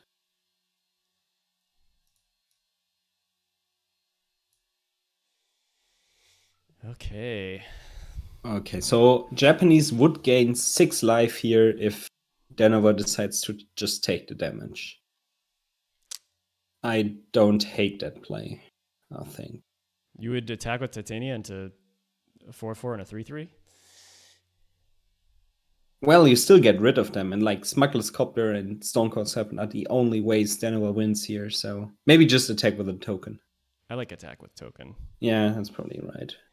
Yep. Yeah, maybe attacking with Titania is too greedy. Oh. Okay. Does it anyway?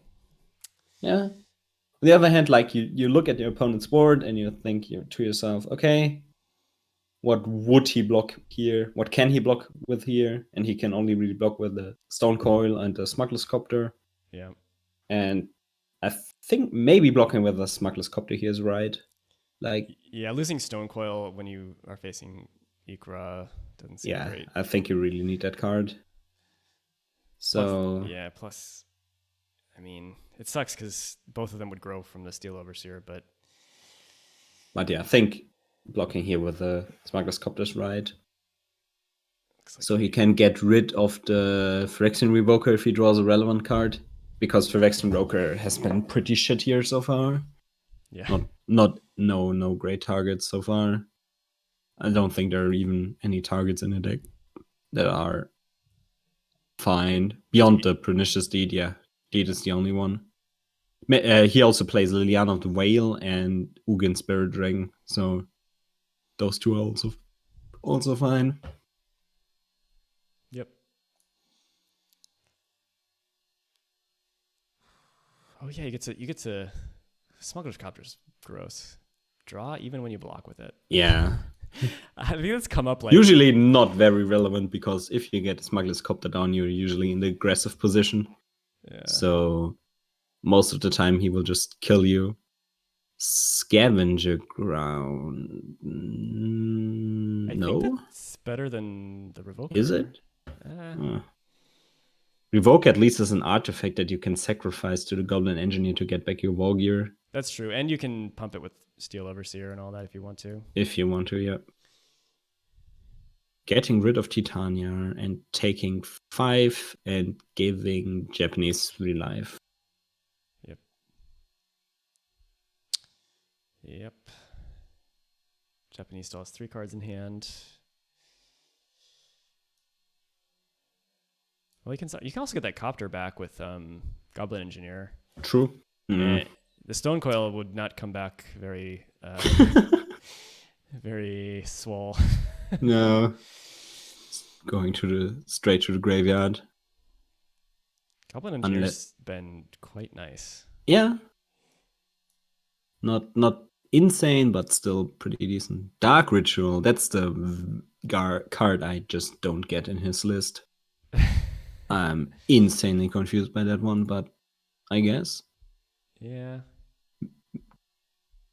Gives him the option to get down Storrev here immediately after and still keep open some mana. Yeah, I mean, got to pay the commander tax, and Yep.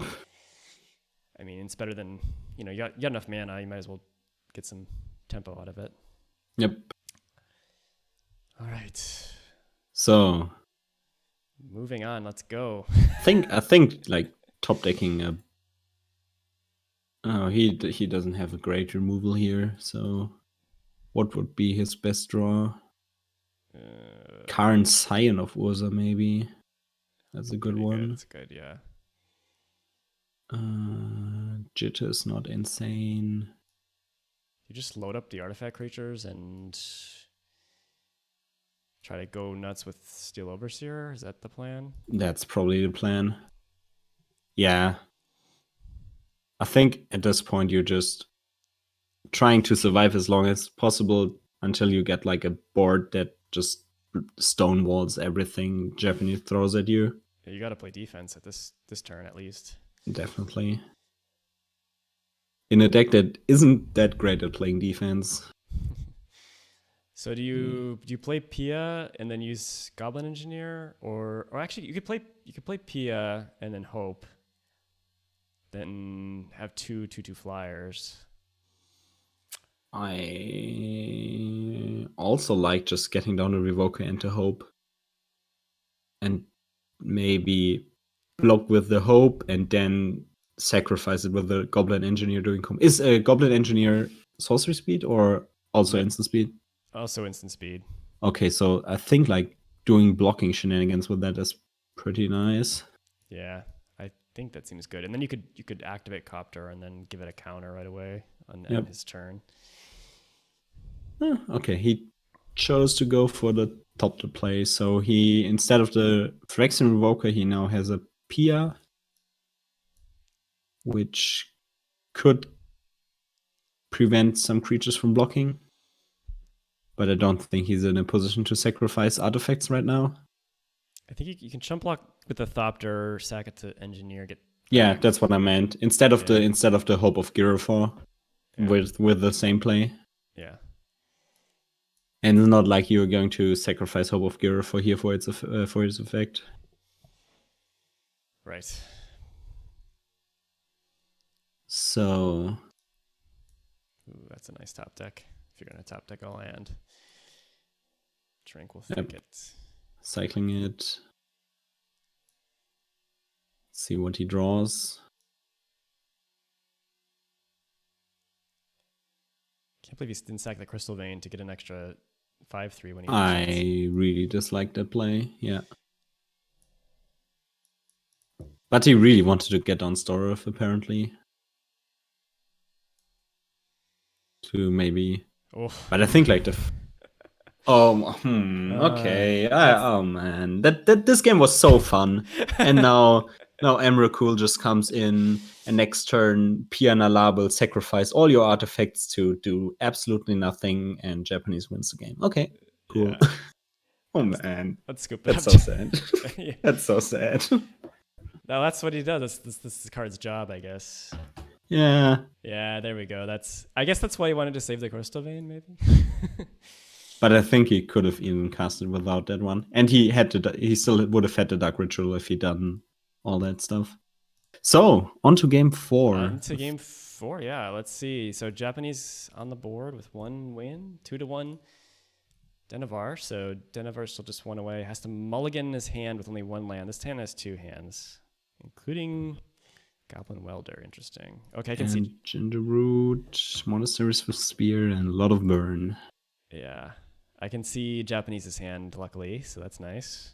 I cannot see. All right, I will describe it to you. We have... Yeah, well, I will just watch the stream again like I did last time. It's fine. Fair enough.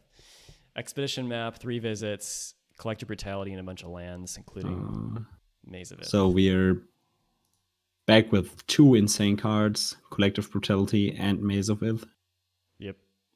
And Blaststone also not bad against a deck that plays a above average amount of 1-drops. Definitely. Okay. And even has 3 in hand, so... Yep, so just so you're not confused, everybody, this Denovar is now on the top and Japanese is on the bottom, because that's how XMage rolls for some reason. All right, turn 1, Command Tower and Expedition map. Let's switch back to Denovar. Makes sense. Tangle Wire. Nice. Oh, that was actually a way to get him out of this. Because otherwise, I think he would have been pretty screwed. So now you just get down all your 1-drops. Yep. And pray that you don't see a sweeper. But he's kind of out of gas here, and he has to draw to land to get the Tangle Wire down. Yep. Otherwise, he's stuck with like Forkbolt Phase. Not where you want to be. Nope. Japanese drew Get Raw Monster last turn as well. So a lot of action. See if he decides to go for the Collective Brutality here. Really playing it safe, or just going for the Blast Zone or the 3 visits. I kind of like waiting on Blast Zone until you can pop it right away. Oh, he's telegraphing it. All right. Wait, it comes into play tapped, right? No, it doesn't. Okay. No, but you gotta pay 3 and tap to blow it up. So I don't really understand why you'd show him that yet. Especially if you were going to crack it for 1 anyways. Yeah. Maybe he wants to keep the Wooded Foothills for Gitrock, playing it safer. Playing it for the long run there. Mm-hmm. Whoa, are we going all 3 modes here? Wow. All 3 modes. I don't like this card here. You've seen enough of Denovar's deck to know that he doesn't play a lot of burn spells. Yeah, he did hit, but like... But that's not a great hit. I think that's not worth the card you just discarded. No, especially when there's only 2 cards, it's such a low percentage. And he discarded Gitrock Monster, which was the way to get ahead in this game, and Maze. I think... Yeah, I think if you're Denovar, you're pretty happy. Yeah, I think that's definitely fine. And it's not like the Monastery Swift Spear was applying a ton of pressure because he had no real cards left in his hand. Yeah. Well, we did draw land for the Tangle Wire, so that's pretty nice. Yep. And this Goblin Welder can keep this Tangle Wire going indefinitely. Japanese will be able to use Expedition Map and Upkeep, but then he's going to be tapped down for quite a while. Even Mazavith would have been fine to just tap to that wire, but yeah, interesting. I guess the plan is to just play Storrev and get Rog back that way.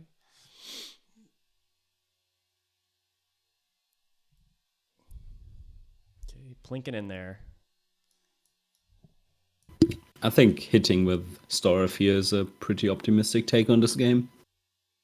I mean, why else would you discard Get Rog? Yeah, I don't get that one either. Because he's like, if he ramps now and then finds a map with land with Expedition Map, he's like not that far away from casting it, and he could probably get like Urborg with Expedition Map and use the Maze of Ith to make mana as well. So, well, we will see what he has in mind with this Expedition Map, what he wants to find. Glacial Chasm? Thespian Stage. Okay.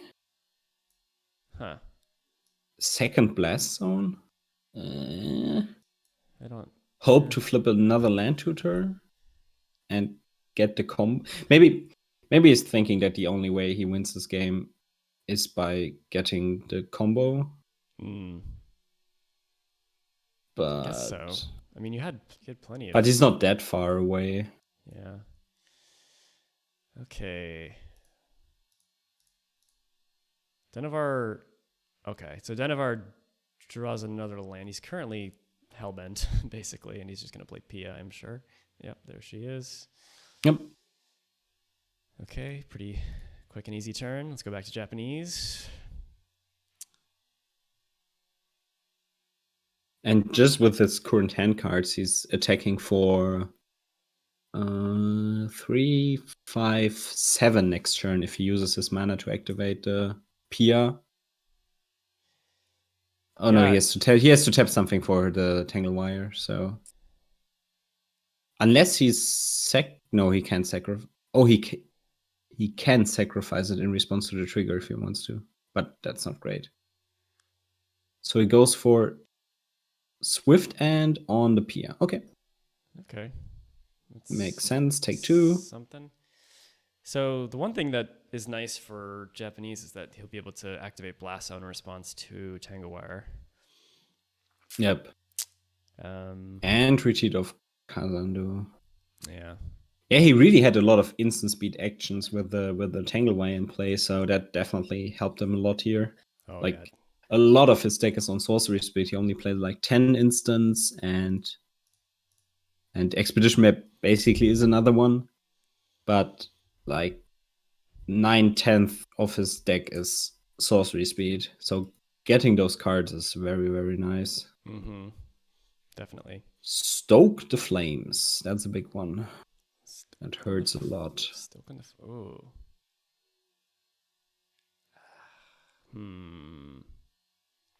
What do you think about, instead of attacking with Welder, like activating Welder, sacking Gingerbrute in response to Blast Zone going off? And what will you get back? Oh, wait, never mind. The wire's still in play. Never mind. Yeah. Oh, it didn't activate Blast Zone. Wow. I kind of thought he would activate Blast Zone. I guess he's going to go 3 visits.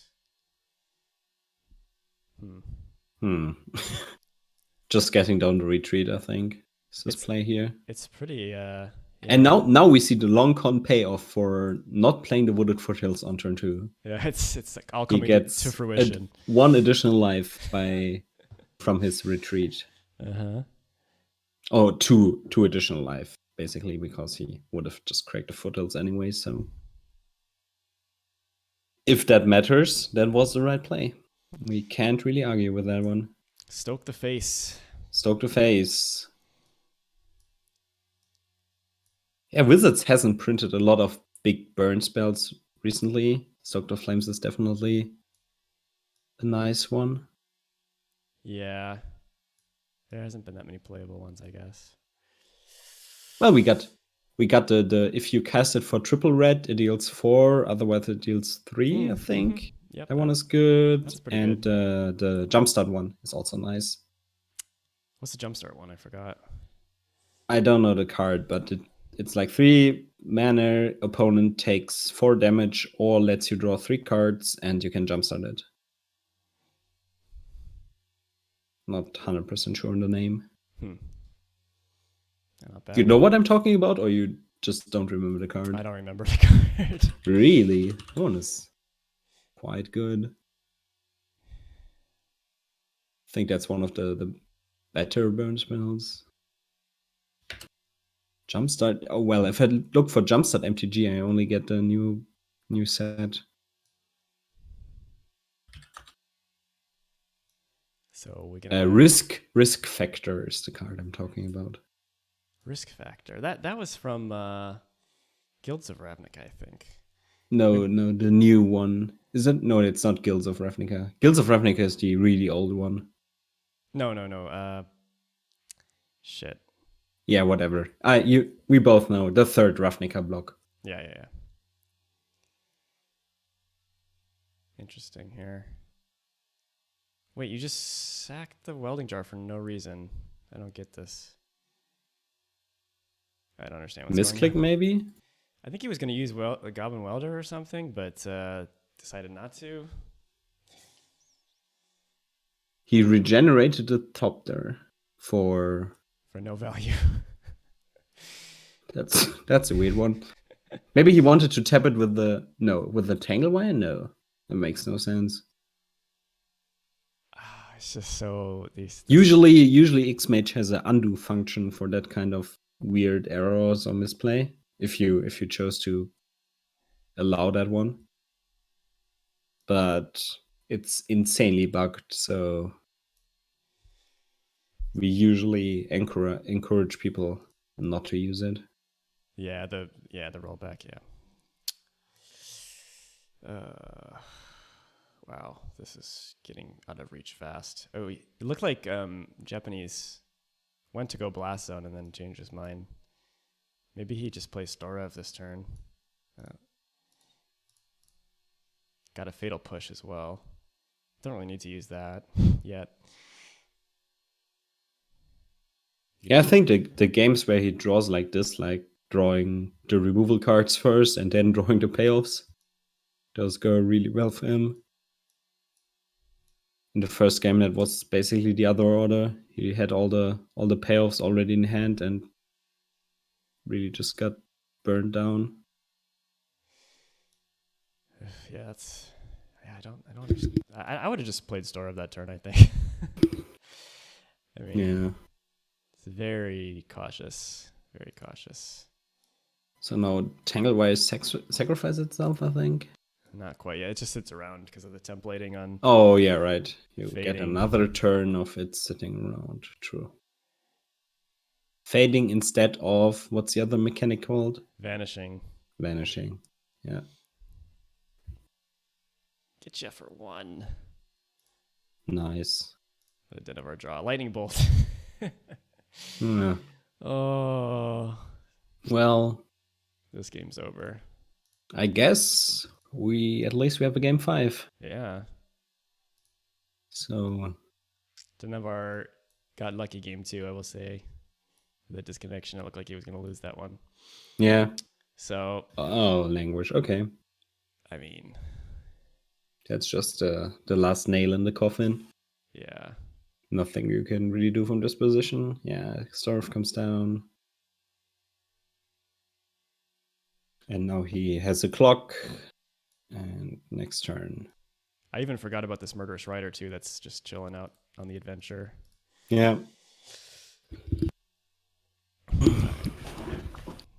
All right. Now it finally goes away. Now Tangle Wire is gone. Territorial Hellkite. Ooh. Okay. Wow. He's 1 mana away from winning. He's 1 mana away from winning right now. Wait, but that actually makes this game like in his reach, I think. I mean, yeah, you could just. He has no removal in hand, right? Japanese. He's got. Oh, the languish and fatal push and languish. But those both don't kill the territorial Hellkite. So if fatal push does if he has a way to sack something. Yeah. But so he can kill his own commander with the languish if he wants to. And then use the fatal push to kill it. Well, if Hellkite sticks around another round, otherwise, I think that's actually clear. We're fatal pushing the Thopter right now. Whoa! Wait. Maybe he just really, really believes in the heart of the cards.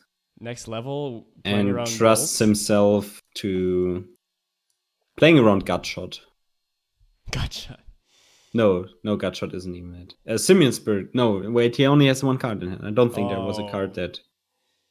Life from the Loam. Wow. Is that good? Yeah. Does he have a fetch land in his? No, Fatal Push is already gone. He's got Retreat to Kazandu in play, but he only has one land drop, so. I think if Territorial Hellkites hits again, Denovar should win this game, I think. Mace. Oh, never mind. Forget everything I said. Wait, Territorial Hellkite can't attack next turn. Yeah. So why not? I mean, if it attacks again. So if he sticks around for another turn and then it hits again. See, I would have been greedy this turn and played Gitrog and played the Maze next turn. Yeah. Maybe I'm too cutthroat. I just like to. My play style is more like put pressure on them. Yeah. Quicker. But Mace is just insane here. So Fiery Confluence off the top. So you just play that? Oh my god. Oh yeah, and you win. Okay. How back-to-back Hellkite into Fiery Confluence. Oh my god. To be honest, game 2, Japanese had pretty insane top decks. Yeah. And the blasts on this game and a bunch of the removal he drew this game was also very, very good. So yeah, back-to-back both best finishers in a row. Those were for Denovar. Insane. Actually, Japanese actually won. Did he win? Who won the tournament last? Was it Denovar or Japanese? Do you remember? Was it a run-back final? Really? It could have been. No. Let me look it up. Who was the last winner? Japanese beat Crimson King in the finals. Oh, okay. Last month. Yeah, Japanese has been on an absolute rampage. So we gotta give him many props and much credit for making the finals for, I believe, 4 or 5 months in a row. So yeah, amazing final game there at the end. That was really interesting. So I'm gonna switch back to the bracket here. So here's one last look at it. We're gonna actually update this too. Yeah, those were pretty decent top decks. I mean, you couldn't even pick a better set of top decks, I don't think. Yeah, I think those were the only two that really won him the game, besides like drawing another burn spell after that and drawing like 2 mediocre burn spells. Yeah, and in Japanese we can gain so much life because of Kazandu and the fetch lands and Loam and Gitrog and yeah. Yeah. Okay, let's end this tournament. Thanks everyone for playing. This was a ton of fun. Once again, if you haven't signed up for the next tournament yet, please do so. I did fix the link in the Twitch panel, and if you're on YouTube, it'll be in the description. We're doing it. And otherwise, just join the Discord and get the link from there. Yep, the Discord for sure. If you haven't joined already, it's the place to be to discuss Duel Commander. I think we'll wrap it up there. Final results. Let's see here. So Denovar first, Japanese second, Donzir third with Feather. Tuk was on Arvad the Cursed. He actually knocked me out with Arvad the Cursed. Really cool deck with like all legends basically, and heroes, the black blade or something, and all these like Legends Matter cards is pretty sweet. Nomini and Martin tied for 5th. Nomini was on Ovia Pashiri, I think her name is. It was a cool one. Which one was that? Let me... Mono green 1-drop. Oh, like the Roundup. Yeah. Yeah. That one is pretty fun. Yeah. His deck was super sweet, and he actually knocked me out in the upper bracket. Very explosive, very snowball-y type deck if it's going. Crimson King was on Jorkadin, one of his 2 Boros choices, and I was on or Boros player, mainstay Boros player, getting 2 Boros options. Yeah, it was destiny. All right. I think we'll leave it there. Thanks so much for co-commentating with me, Martin. Sure. A lot of fun, like always. Like always. All right. Take care, guys. I'll see you next month. And yeah, that's it. Take care. Yeah. See you.